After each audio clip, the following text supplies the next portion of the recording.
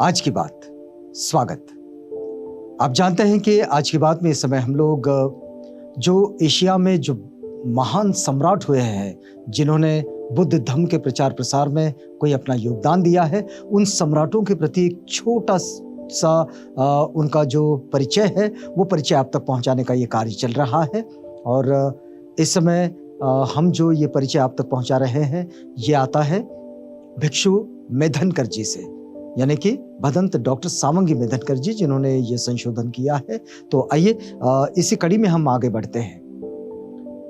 ये श्री सूर्यवंश राम, जो कि श्याम देश के राजा है, सम्राट है, और इनका राजकाज कैसा रहा, इस विषय में ये जानकारी इस समय हम लोग ले रहे हैं।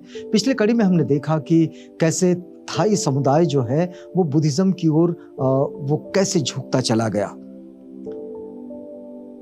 तो भारत के साथ जो व्यापारिक संबंध स्थापित हुए, इनके साथ साथ यहाँ की संस्कृति, यहाँ की समझ, यहाँ की धार्मिक विचारधारा, ये भी सब उस तरफ जाते रहे। अब देखिए कि भारत ने जो चीन के साथ जो व्यापार चल रहा था, जिस रास्ते से वो व्यापार होता था, उस रास्ते पर जो उपनिवेश बनाए थे, उस उपनिवेश के सहारे लोग आना जाना करते थे, उनका व्यवहार होता था, व्यापार होता था, और यही इसके कुछ क्षेत्र को गांधार नाम दिया गया था। अब ये जो इन उपत्यकाओं में छोटे छोटे कई राज्य थे, जिसमें से एक राज्य वो था मणिपुर, और आसाम के बाद चीन का ता नामक एक दूसरा राज्य स्थापित हुआ, जो भारत के साथ ही जुड़ता है। और इसके भी 75 कोस और पूरब चिंदविन नदी के पास एक दूसरा राज्य था, वो भी इसी से जुड़ा हुआ था। तो वर्तमान चीनी प्रांत युन्नन में ताली का राज्य था, और स्थानीय परंपरा के अनुसार इसे सम्राट अशोक के पुत्र ने बसाया था। मतलब जो अभी चीनी प्रांत जो है युन्नन, तो स्थानीय परंपरा जो कहती है वो ये कहती है कि सम्राट अशोक के पुत्र ने इस क्षेत्र को बसाया था, और यही थाई लोगों का राज्य माना गया। अब देखिए कि थाई लोगों का जो राज्य है वो इसी राज्य को माना गया, और सामान्यतः इस भूमि के निवासी सियामी कहलाए, परंतु वे अपने आप को थाई कहलाना अधिक पसंद करते हैं। वो स्यामी तो कहलाएं, लेकिन वे अपने आप को थाई कहलाना अधिक पसंद करते हैं। इससे प्रतीत होता है कि जो कबीले दक्षिण चीन के प्रांत के संपर्क में आए, इधर के जो कबीले दक्षिण चीन के प्रांत संपर्क में आए, उसका ये नाम था। और स्यामी जाति ने थाई का मतलब होता है स्वतंत्र, थाई भाषा में इसका अर्थ होता है स्वतंत्र। तो थाई नाम तब अपनाया जब उन्होंने कंबोज शासन को उखाड़ फेंका था, और जिस प्रदेश में वे बसे वो श्याम नाम से जाना जाता था, जिसका संबंध आसानी से संस्कृत के श्याम शब्द से जोड़ा जा सकता है। श्याम अर्थात श्याम वर्ण वाला, यानी कि काला, यानी कि सांवला। श्याम वर्ण वाला यानी कि सांवला।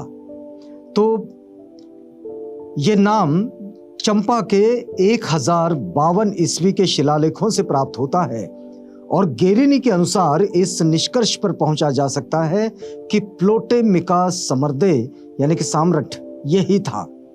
किंतु अगर हम देखें कि एलियट समर्दे जो है वो प्रदेश बैंकों के समीपवर्ती मानते हैं, तो ऐसा दोनों का इसमें मतभेद भी है। और डेमेट्रियस बोलुर्गर की जो कृति है, डेमेट्रियस बोलुगर की ये जो कृति है, इसके अनुसार ईसा पूर्व 585 तक चीनी सम्राट अपना साम्राज्य दक्षिण में यांग से की अंग महानदी के ऊपर विस्तारित करने में समर्थ नहीं हो सका था। वहां अवश्य ही जंगली समुदायों का राज्य रहा होगा। लेकिन W.A.R. वुड ये प्रतिपादन करते हैं कि वह जंगली समुदाय और कोई नहीं था, बल्कि वो विविध कबीले ही थे, जिनमें अधिकांश स्यामी, लाओसी और शान जाति के पूर्वज थे। तो इस तरह से इतिहासकारों ने जो इसको अलग अलग तरीके से नोटिस किया है, तो उन्होंने अपने अनुमान भी लगाए हैं।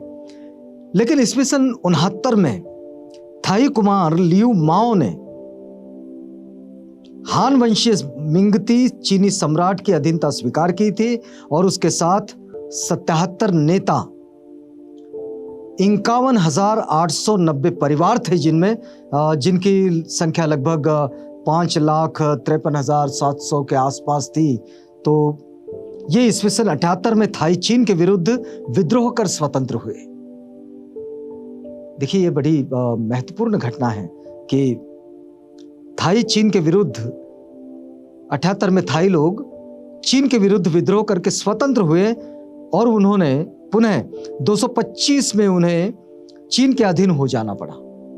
फिर 225 में स्थिति बदल गई और ईस्वी सन 650 में थाई लोग पुनः एक बार फिर स्वतंत्र हुए और नंचाओ नामक शक्ति संपन्न राज्य की स्थापना की।